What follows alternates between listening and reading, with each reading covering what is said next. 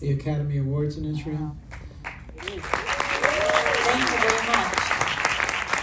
I'm really excited to be here, and as you can tell, I'm not native, so I'm still practicing on my English and my accent and my grammar, so I want you to excuse me, and my husband told me that if I will say it, you think I'm cuter, so that's me. Consider this a practice run. This is a practice audience. Be kind, be I'm nice, sorry, guys. I'm really sorry. And but this is my practice. and we'll see how it goes.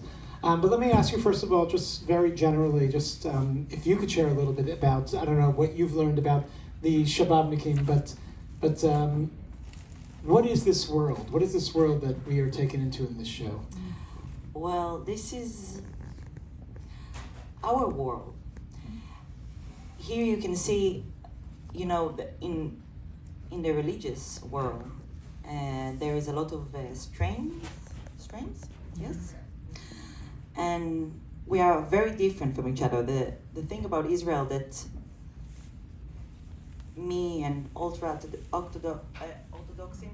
Yeah. and Arabs and secular, we are learning in a different frames. We're going to different school. We don't know a lot about each other, and we are living in the same country. And I think this is why this show become so successful, because it's a sneak peek to this world that's very close to us, but actually very far away. And in the end, you can see that all of us is pretty much the same. We all want to be loved. We are all going out from the house in the morning and want that the world will understand us. But we look at each other different. We judge each other. We think, oh, well, he's not Jewish enough and other stuff. But here you can see that we are all pretty much the same. So actually, one of the beautiful things about the show is the authenticity. It feels very authentic. The details. I mean, it feels like I don't know what they did with extras there. If they had like real yeshiva students there, but it feels very, very real. How did they make it so real? How did they allow actors who were secular actually become so authentic in the? Well, actually, we had some yeshiva student on the set that was working with us on the language, how to pronounce stuff, and we did a lot of research. Even in this culture, in the religion, there is so many different signs, stuff that you like. If this guy got a kosher telephone, and she's got internet, and you got TV in your house, and what does it mean? And if you look in my eyes right now, some religious people cannot even hear me because I'm a girl, and will not listen to me because I'm a girl, unfortunately. So we did a lot of research. I have friends who is more ultra-Orthodox, yes. And I asked them to teach me, to go out. We went to eat kigel overnight. I don't know if you know what is it. To eat challah. My husband loved it. And really to see how they speak to each other, if they're looking in each other's eyes, how they even walk. It's so different. We spent a day in Ma'asharim. I met many girls that are feminists in this world, and very breakthrough and very brave women that considered modern. And it was a lot of joy for me. The fun thing that we did, because I'm coming from a very secular house, we did before Passover. You got this thing that you go in with the light, with a candle, and looking around here. People here do it, yeah? Yeah, you do it? Okay, so you're going around the house like in the dark and looking for carbs. My husband do it like all the time, so I was like, oh, I get it. So it was fun. So I was like, oh, I can do it. I can totally do it. And you see, if I got a long sleeve, and I could Some might think. Yeah. Might be. And this is the thing about acting. I really act. We actually do that. So that brings me to my next question, because you play a really important role there, because you're a contrast. These guys. Yeah, you saw just the beginning of it. In the end, we're all dying. Stop. No. But see the whole thing. Actually, without giving any spoilers, you become a member of the team, it seems, at least according to the promotional. Yeah. So you play this role. I mean, these guys. Who was this? I heard like chicken. Something. These guys are I'd say lean towards in their surrounding their upbringing. They're a little bit, I would consider them chauvinists. I mean, that whole altercation that you have there is, yes. You know, him saying that you can't, that a woman can't be studying. You're right. No. You play this important role of being kind of the symbol of modernism and kind of to set these guys straight a little bit. Is that true? Is that how your character develops throughout the series? I don't want to tell you. You need to watch. But starting on high flip. Well, I think what happened, I could tell you, but like, what did I saw on the audience when people come to speak with me after they saw the show? They start, even men told me, I start listening to my aunt in the table, and my sister, she's very modern, and all the time I didn't listen to her, and I thought what she would know. But even in their world, guys were opening their eyes to the fact that it's not black or white, and that women can do everything. And a lot of ultra-Orthodox saw this show, and they told me, well, I decided that I'm going to learn. I want to study this and that. And I now I got the courage to do that. That's huge. That's huge to have an impact like that. It is. But it's not me, it's Eliran Malka. He's the one who wrote it. But you'll get all the credit, nevertheless. Yeah, this is the good you read the lines of my job. Yeah, totally. But it's not me. Good to be an actor. But are you finding people both from the Orthodox world and from the secular world are impacted by the show? Yes. Well, it's number one show in Israel, watch show in Israel, and everybody in the Orthodox world, they don't see it. But me and Ori, every time one time they took us to an interview in Bnei Brak, and everybody was stopping the car. People was going out, and they were like, "We don't see this show." There are no televisions in Bnei Brak. No television, but they all knew. I know, and I went to this coffee place, and I asked for the guy to make me coffee, and I see so many people in the window, and they are looking at me, and I'm looking at them, and they're like, and it was like, what is that? And he said, everybody in Bnei Brak is in love with Vora. I was like, oh my God. You could get a good shidduch. Yeah. I have a good shidduch. For those who are not familiar, do you want to? I think your husband. He's over there. He's playing some magic. This is my husband. I love you. We moved to New York. He got the job of consul general. Yes. Welcome to New York. So I'd love to take some questions from the audience and allow you to be a part. We're going to pass a microphone around. And feel free to speak in Hebrew. I don't know if someone here speaks. Speak in Hebrew, and then she'll have to translate it. So it's good. We're going to take the first question over here. Wait, we're passing you a microphone. Okay, so I was trying to, these young men, they look, I was trying to figure out what age they are. They acted like typical, maybe seniors in high school, maybe, because it's hard for me to judge age these days because people what age were these boys supposed to be? These young men were supposed to be. How old are they? Are they like college age? High Well, we are school 20, age? like 20s, yeah. It's actually when we filmed the first show, first season, it was like before 6 years ago. Because they act like college kids would act, or high school kids. They really didn't act like Yeshiva.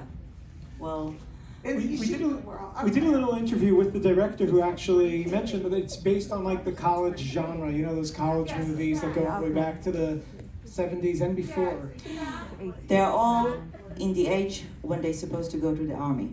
This is why in the end of the episode he said to him, "You're very close to there." That explains a lot. Yeah. We got one over here and then one over there. Is there any censorship at all? And did you have Orthodox people hired as consultants? And were there any Orthodox people who acted in it? And what is the significance of the title? And what's the original Hebrew title? All 6 questions. Yeah. Well, I will try to answer it all. First of all, the streams, אני צודקת אהובה? Stream, הזרם, it's ליטאי. And I was needed to learn that.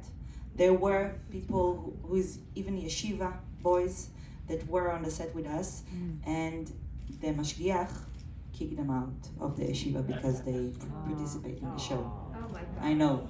It was like a big, whoa, my God, in the בעולם החרדי. And they consoled us, and not just that, there is even a genre in Israel of like a lot of people that love to watch it and like say the knech is not okay over here. She's supposed to put like more long sleeve here. Her hair is not in the like.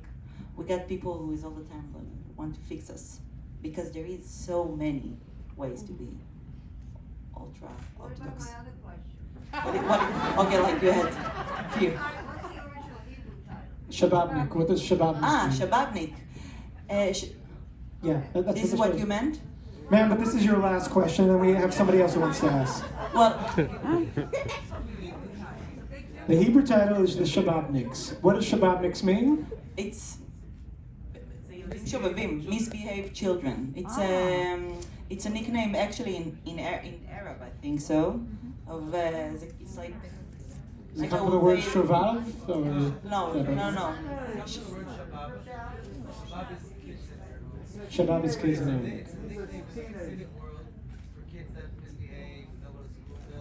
have an answer. Okay. Oh, we have an answer from the audience. I got Haredi. The girl אוקיי, יש פה from מישהי what's חרדית. Shababnik? זה דפוס התנהגות, yes, it's... את גדלתי במשפחה חרדית בירושלים. השב"בניק אצלנו זה היה מושג שיש 4 בנים בפסח. אחד רשע, אחד טוב. Go for it, girl. So I grew up in a Haredi family in Jerusalem, and we're so happy you're in New York. Here, you're helping me a lot. So Shababnikim in the Haredi slang, it's basically יש 4 בנים שדיברה עליהם תורה, שזה חלק מהאגדה בפסח, שיש אחד חכם, רשע, תם ושאינו יודע לשאול, זה השבאבניק שיושב על הברזלים ברחוב ואין לו ישיבה ואין לו איפה ללכת. זה בעצם, like, he's the one who don't know how to question. Briefly in English, it's a reference to the 4th son on Passover, the one who doesn't know how to ask a question. Doesn't know how to ask a You question, answer your question. and it's kind of the lazy kid who doesn't go to school and doesn't really But if it was like girls, take yeshiva bunch seriously. of girls, we will call it the shiksa. Okay, it's like, it's a impression. Who came up with the English title? Ma'am, you had your questions. That's it. That's it. It's That's the it. This is director, not the Elima. dialogue. And just so you know, I have to tell you, fun fact. Before they call it Shababnikim, they call it the Iluim. How would they say Iluim באנגלית, mommy? It's like the genius. The special kids, the kids. Like very good, but we use the gifted, yeah. The gifted. And the reason that they use it before it came on air, and the name was the Elohim, it's because we were working with so many people in the religious world, and if they will know that the name of the show is שבבניקים, none of them will work with us. But let me follow up with one question I wanted to ask you about this before we take another question from the audience. We were talking about this guy who they're not in the army. Yeah. They use the yeshiva as a way to get out of the army, get out of doing service.